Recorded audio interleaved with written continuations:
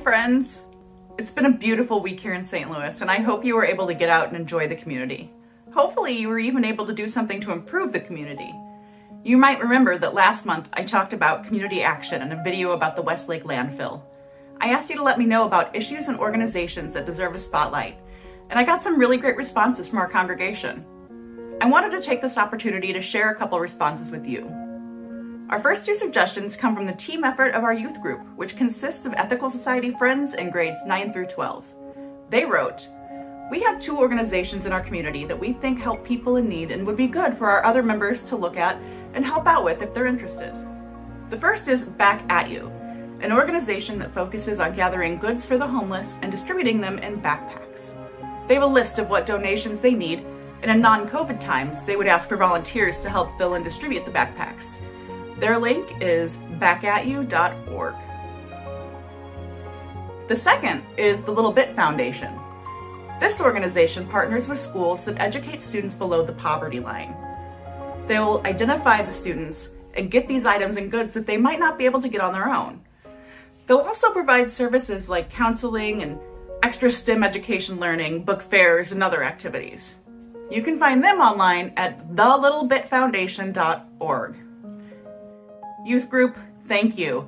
Those are terrific suggestions and a great starting point for us all. I love that both organizations are helping unhoused and underprivileged neighbors in St. Louis. I was on the websites learning more about them. I'm overwhelmed at the incredible grassroots work that they've put into making our city strong and our people safe and healthy. And that brings us to our Sikh Mini Quest of the Week, Part 1. Organizations like those need infinite resources, from donations to volunteer hours to people who will just spread the word. Your Part 1 assignment is to visit the websites, learn more about those organizations, and decide for yourself if you're the right person to fill some of those organizational needs. Our next suggestion is from Sue and Ron Williams, who wrote in and suggested that our congregation gain awareness and knowledge about plastic reduction and recycling. They said, "There's so much plastic being discarded now, and not always in the best way. Maybe families can take a look at how much plastic they're generating from bottles, wraps, bags, etc., and think about how they can reduce, reuse, and recycle those items. Currently, only a small percentage of recyclable materials are actually recycled or reused, but there are many organizations and companies working on it. One organization's website is reuseplastics.org. And the EPA has good resources online at epa.gov/recycle. I think this would be a good starting point for families who are concerned about the earth, and it's a concrete way to take action on several of the Sikh values." Sue and Ron, thank you. That is a great suggestion. You're exactly right. Many of our Sikh core values can be applied directly to issues of sustainability.